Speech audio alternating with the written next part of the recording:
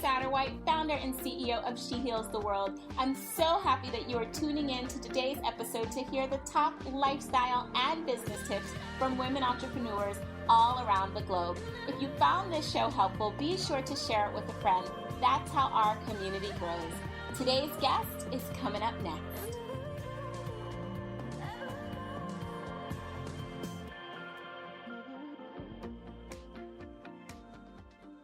Welcome to the She Heals the World talk show. So today I am so excited to have blogger Niki Friedman on from Haute Husla, and she is going to share with us some summer fashion tips and also give us some insight into her business journey. Niki, welcome to the show.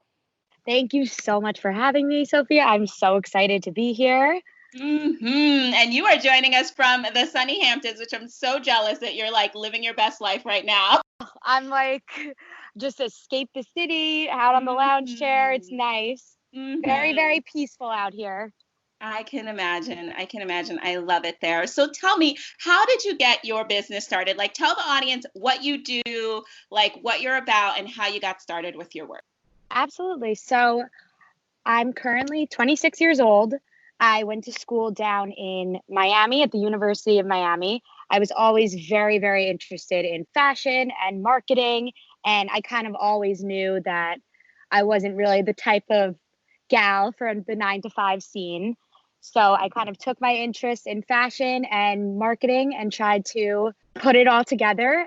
This was before Instagram and social media was really popular and people could actually develop an income from, posting on Instagram. So at the time I was actually working with local stores and creating one-of-a-kind t-shirts, and I called the brand Screw Sleeves. So what we did was we transformed a regular t-shirt into kind of a funky Friday night look, and each one was one of a kind, and we sold them at local boutiques in Miami and New York. And it was really just a great way to dip my toe into being an entrepreneur and learning how to run my own business. And from there, I kind of, after college, I started working for this vintage company. I'm not sure if you're familiar with What Goes Around Comes Around. Are you familiar? I have heard about them. Yeah. Yeah. So they're kind of major because they do wholesale all over the US, but they do have their main showroom and boutique in New York. And right from college, I started working for the showroom in Soho, and it was so interesting and such a great learning experience because they showcase all these really cool old designer pieces. So anything from an Hermes Birkin bag from, the 70s to Levi jeans and, rock band t-shirts from the 70s and, Louis Vuitton bags. So everything. So we had to go through extensive training on, how to recognize a dupe of a designer bag and vintage versus modern.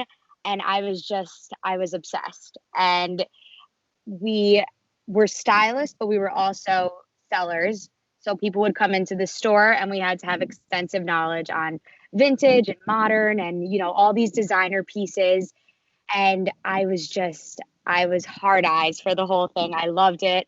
I loved communicating with people and styling and all of that. And we started to, once Instagram was getting popular, we started to sell a lot of these rare pieces to a celebrity clientele and on Instagram. So at the time I had some pretty high profile clients and we would text back and forth, and they were literally buying, they would buy a $20,000 bag from seeing a photo of it on Instagram.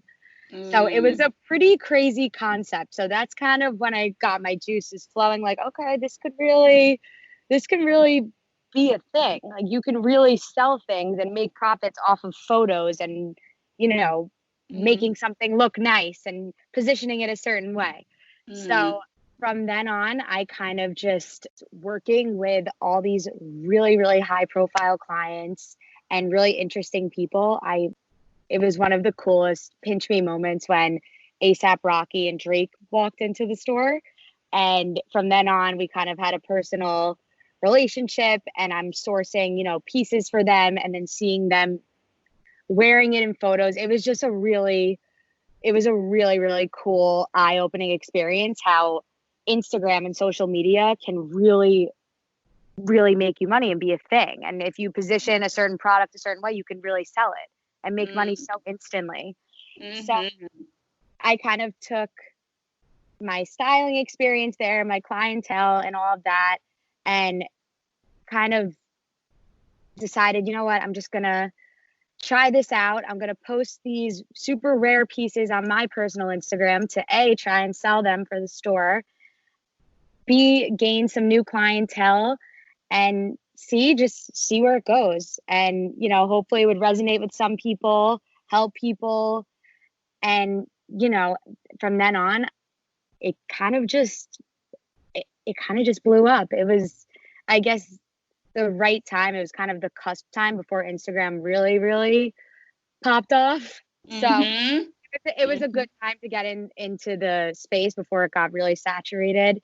And you know, from posting these super rare pieces and designer finds, that's how I kind of started to gain my initial audience. Wow. Amazing. So I have so many questions because our audience, we've had bloggers on the show, and I feel like every revenue model is different, and we don't have to go into the details, but just in general, like what's your revenue model? Like you mentioned, like you work with celebrities and then you post these designer items. Is it like commission off of the designer items, or how exactly does it work? So this was my quote unquote 9 to 5, even though the hours for the showroom were actually 11 to 8. This was back when I had worked for them. So as a seller there, we worked on salary and we also made commission. So when I was blogging on the side, I was kind of doing extra work to try to sell and style photos of these really, really cool pieces and kind of put my own spin on it. So if I were to sell, you know, an expensive designer piece, I would make commission, but I also made a full-time salary from working there. But now that I had left the showroom and decided to go full-time with the blogging, it kind of varies on a brand to brand basis. So it's a big line of communication with their budget and what they're expecting as far as deliverables. And if it's, you know, a one-time partnership or a long-term partnership, and kind of how big the brand really is. You know, if we're talking Pepsi, or are we talking, you know, a small startup jewelry company? So it's kind of on a brand to brand basis. Beautiful. And I think a lot of people are familiar with that because we've talked so much on the show about how to partner with brands. And we have a few episodes with some food stylists that give some really good information. Elise Dumas, the Pineapple Chef, that episode, we talk a lot about how to specifically approach brands and how to position yourself. So I love that you're sharing about that from the fashion world's perspective, because I think people need to be able to see that you can really do anything that you want to do and build an audience from it. And then from there, be able to leverage your platform to continue to talk about pieces and items that you really do enjoy. And so this is still such a new field, Niki. And I'm just wondering if you ever think about, like, when you were young, what you thought you'd be doing right now as a grown-up. Yeah, totally. And it was definitely not this. I always knew, I didn't know, you know, that the virtual kind of social media space would have blown up to be this, you know, prevalent in our society right now, especially in this, you know, quarantine COVID life where everyone is kind of glued to their computers and their phones. I feel like right now it's bigger than ever. And it could be a great time to get started and go into it because everything is so digital right now. And when I was younger, I always knew that I would work in fashion. Whatever it was in the industry, I always knew it had to be fashion. But if you would have asked me if I saw myself doing this, I would have definitely said no. Yeah. I'm more of a private person. Yes. And, you know, I'm one of those people that it's the craziest thing. And you would not even believe it when I said it. But I'm one of those people that would most likely lose my phone under a pillow for hours, you know, when I'm with friends or socializing, not glued to my phone at all. So the fact that my job is 24/7 on my phone is just the biggest paradox ever. So So what hurdles did you experience when you were like actually transitioning from your 9 to 5 job into an actual business? Because we know that any business is not without hurdles and challenges. And so what was that like for you? 100%. So one of the biggest challenges in the beginning was getting the brands to actually offer compensation. A lot of these companies don't realize that for a blogger, this is our full-time small business. Yes. And they think, just gifting a sweater or a pair of shoes is compensation when it's really not, because, it's our time, it's our advertising to our personal audience on our platform. And it's also just the rights to the images themselves. So all of that, I think, goes very unnoticed with a lot of brands. So that was definitely one big obstacle, was learning how to navigate and really kind of, for lack of a better word, just get the brands to get their money up, Yeah. and not just offer everything on a quote unquote gifting basis. And then kind of making the distinction of when you draw the line of which brands you want to work with to keep your image and your audience as authentic as you are and possibly can be.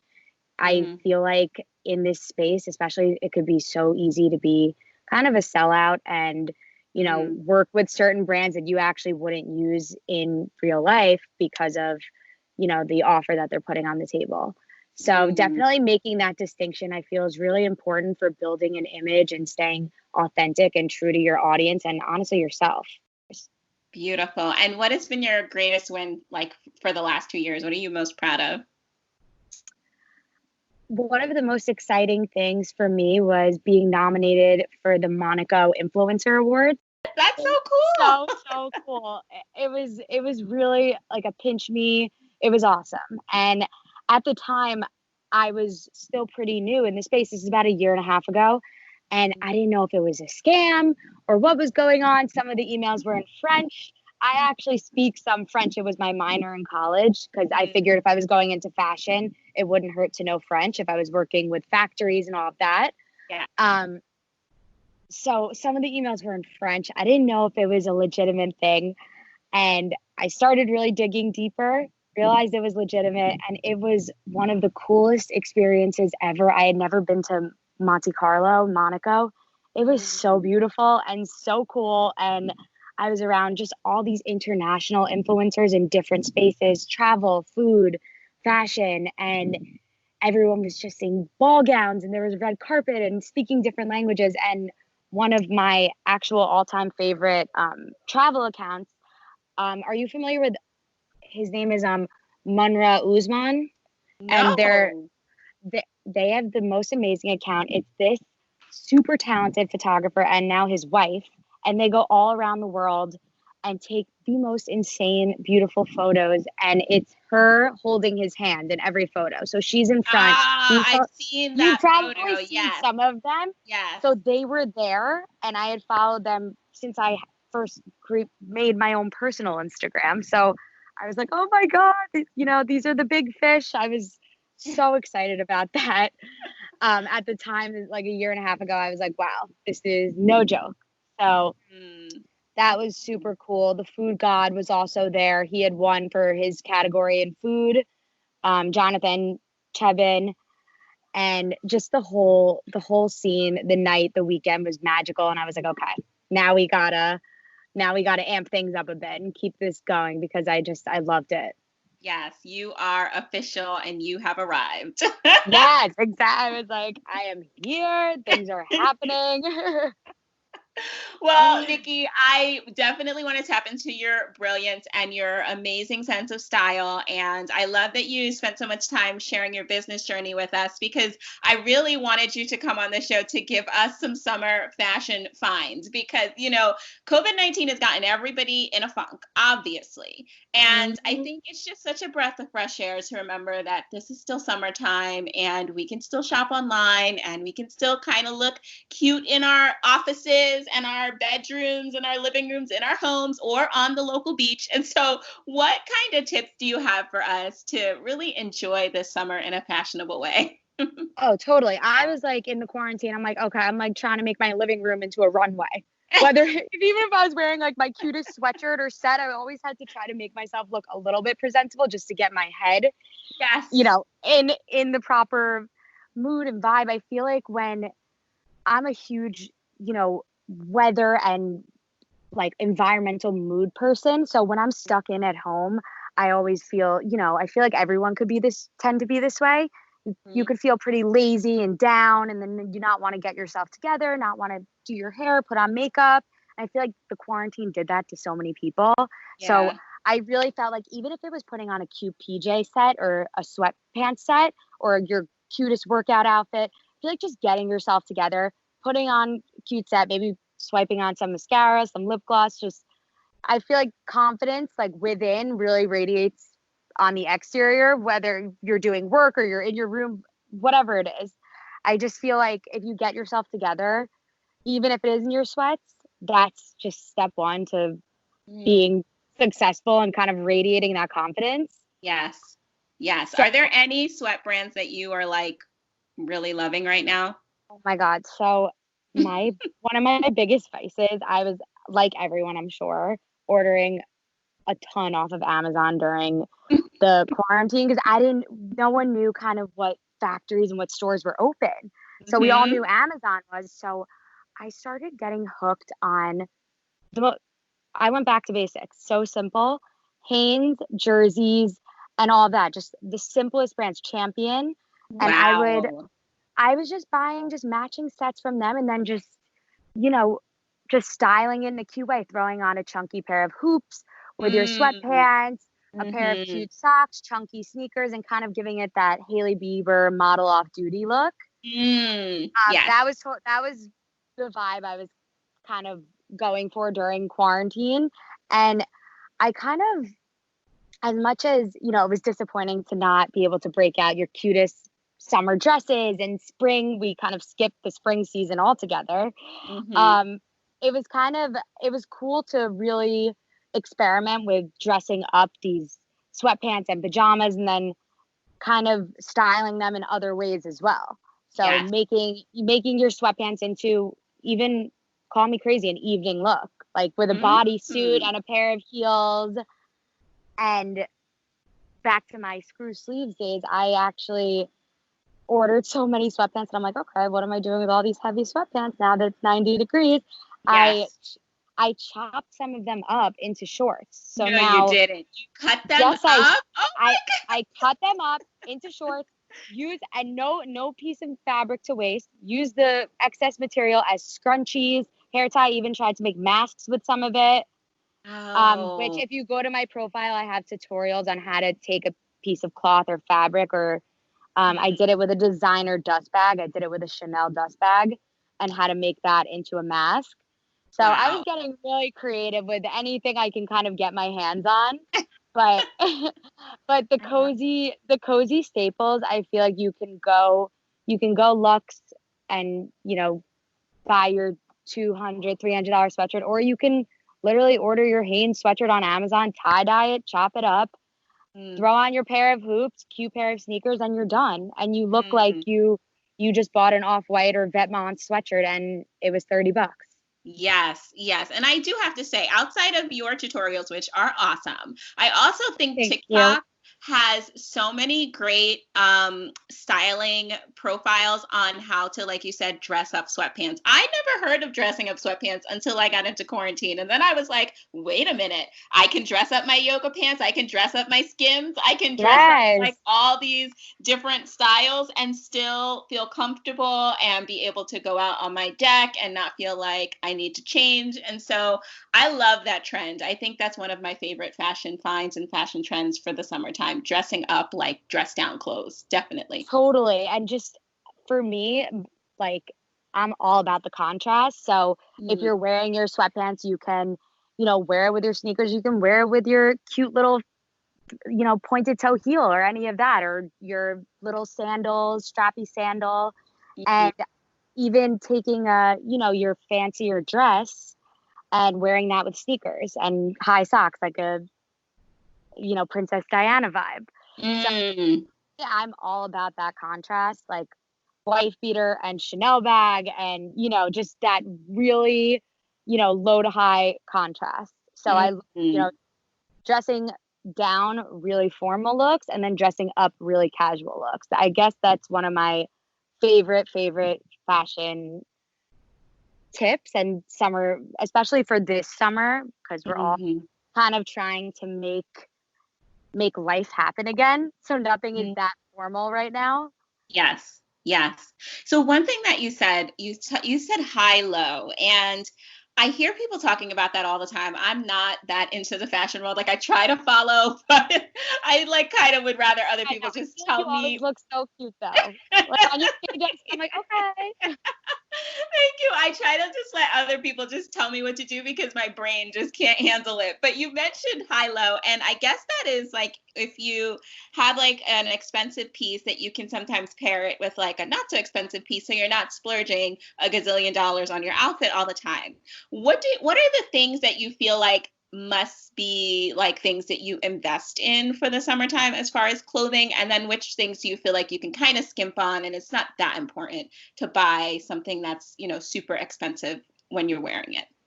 Oh my God, I'm like obsessed with this question because this is my life, and I love when my favorite thing is when someone's like, oh my God, like that dress, is that the one from Saks or Intermix from this like Helmut Lang? And I'm like, no, this was $15 off Nasty Gal or Pretty Little Thing. And yeah, thanks for asking. But no, I am obsessed with high low just as a whole, just as the vibe for someone's entire closet and sense of style, because it really isn't realistic, especially now, to splurge on all these pieces that honestly you kind of just wear to that one event you wear only a few times. So one of my absolute favorite fashion tips is dressing high low, which kind of means combining, buying a few splurge worthy pieces, then combining it with attainable and affordable pieces. So $30 dress from Nasty Gal with Louis Vuitton bag, or think Hanes wife beater with Chanel bag. So something super affordable and low end with something that's luxury and that will last you forever. So I guess from working at What Goes Around Comes Around really grew my love for Chanel. So I would say one splurge worthy investment piece would definitely be a Chanel bag. I know they're super expensive. However, there's so many sites now to buy them secondhand and do layaway and even afterpay, and to kind of make it a little more, approachable and affordable for everyone. So, and even if it is beaten up, one of the best things I did learn from working in vintage is if you buy a Chanel bag from the 80s, it's a little bit beaten up, you can take it to any leather spa and they could totally spruce it up for you. And it is something though that will last forever. Like a Chanel bag will hold out for years and years and years. That's why people are still buying them vintage from the 80s. So for me, that's one piece that I think is the ultimate feminine accessory that I think every woman should have. And there are luckily now so many ways to get your hands on one for an affordable price. So definitely that. I would say one really great pair of earrings, because earrings are the closest to your face. So they'll bring out your coloring and your eyes and just really bring kind of that light and sparkle to your face. So I would say definitely one pair of earrings, a good pair of real gold hoops or diamond, huggy hoops or studs. I would say definitely that. That's an everyday piece. And then also, call me crazy, but this is for my personal style. I live in white sneakers. Like I said, I love that art of contrast. So I love wearing, a silk slip dress with white sneakers or any kind of fancy formal dress with white sneakers, just to dress it down, make it a little more cash. And especially, in this day and age, there's not many like events happening. So everything I feel like is super casual but you still want to be able to wear your beautiful dresses out. So I feel like the way to do that is to pair it with white sneakers. So I think one great pair of white sneakers that won't fall apart after 3 wears is also another important staple. I love my Zara shoes, don't get me wrong, but I think now that everything is so casual, one good pair of sneakers is a great staple as well for high-low. Nice. So and handbag, jewelry, sneakers. Yes, handbag, jewelry, and sneaker. And I want to dig into the jewelry part because I feel like whenever I try to buy jewelry, whether it's something high end or even if it's just something I'm only going to wear for like a one-time thing, I never know where to get them. And I'm like bombarded with all these different Instagram ads, which is fine because it like opens up my mind and I can start to explore. But from you as an expert, like where is the best place to get accessories and jewelry and those kinds of fun things? Okay, so a lot of the pieces that I wear are pieces that I used to find at markets. So kind of in New York City, there's a market called Artisan Fleas. And there's a bunch of different stands at this market that showcase different emerging jewelry designers. And they're not, some of them are real, some of them are cubic. So they hold up nicely and they look like they're diamond, but they're actually not. So they're pretty affordable. So definitely at any if anyone wants to go to their Instagram, Artisan Fleas, they have a lot of emerging jewelry designers with really, really amazing pieces that are a lot of them are handmade. So nice. They're very, very well made as opposed to, you know, these huge companies that are just mass producing them, and then you're losing the back of your earring and you're walking around like Captain Hook with one hoop earring. Like, so I love to go for the handmade pieces. Also, I really do, even though I just said the whole factory made thing, one brand that I really think has such a great variety of pieces, great price points. They now have some pieces that are real. Some of them are just coated, is Babble Bar. I've been working with them for a while, and I'm not just saying this because I work with them. I wouldn't work with them if I didn't really believe in all their pieces. I absolutely love even their dainty layering necklaces. They have some really fun statement earrings and fun pieces for if you're, you know, going to the beach or, you know, if you're when we can travel again, if you're going on like a really fun island Caribbean vacation. They have so many fun pieces, and they have a lot of these crystally kind of earrings that do look like they're a rare jewel or some variation of like diamond. So I really love their pieces. And I would say another really great way to find other jewelry designers is go on sites like Shopbop and Revolve. Go to their jewelry, go to the category you're looking for. I always sucker for a good hoop, so I'll earrings and hoops, and then I'll discover designers from there because they curate so nicely. I find on Revolve and Shopbop, so they do all the work for us. So if you just go to the category that you're looking for, you'll be able to find all the designers and the pieces that you kind of vibe with. So that's one way to really discover great designers. Jennifer Miller, Jennifer Fisher, the Jennifers I wear all the time. I actually discovered from Shopbop Jennifer. I think it was Jennifer Miller that I discovered. So I think going on sites like that you love is really a great way to discover jewelry designers. Wow, Niki, you are a gold mine of information. I got you. I got my girls.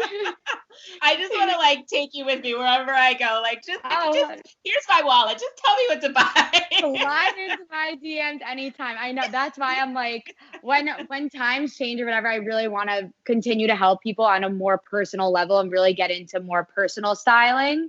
And because styling is like really my passion. Like I love the looks for less and all of that stuff. I'm obsessed with it. And I love making girls look good. Yes, you're a pro. You are such a pro. Oh, thank you. So now that you have made it, Niki, if you could look back and give your 10-year younger self any piece of advice, what would it be? So if I can give my younger self one piece of advice, it's pretty simple. It's the Nike slogan, just do it. And don't be scared and don't worry what anyone thinks of you. You just do you and do what you're passionate about. And if it doesn't feel like a job, then you're doing something right. If it doesn't feel like a job, you're doing it right. I love that. How can our audience find and support you? You can follow me on Instagram, Haute Husla. I also am an emerging TikToker. I know there's some TikTok drama now, but I have some fun styling videos on there. I do most of my work though on Instagram. I have a website that's under construction, but the best way to kind of keep up and follow me would definitely be on Instagram. And anyone could slide in. I'm always answering my messages and DMs. I like to pride myself on being super personable and authentic with my audience. I'm definitely not one of those bloggers that doesn't like to interact or talk. I am obsessed with helping people and chatting with everyone. So slide in anytime. I'll be there. That's awesome, Niki. And I'm going to have all of Niki's links in the show notes as well as on the website. So you guys can just click on Haute Hustla and be able to find her and follow up with her about this episode or anything else that you'd like. But definitely spread the word. Love what she's doing. And I'm so appreciative that you came on the show. I cannot wait to have you back. I was so happy to be on this show. It was an honor. Oh. And you are such a boss, babe, and I am obsessed with this community that you built and everything, and I love it, and I will definitely share with my audience as well. Thank you. Lots of love. You too, babe. Mwah, stay healthy.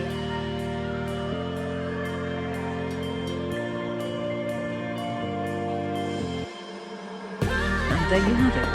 Thank you for listening to the She Heals the World talk show, where you can learn not only how to design your business, but also design your life. To learn more about how to live by design, grab a freebie at shehealstheworld.com/freebie.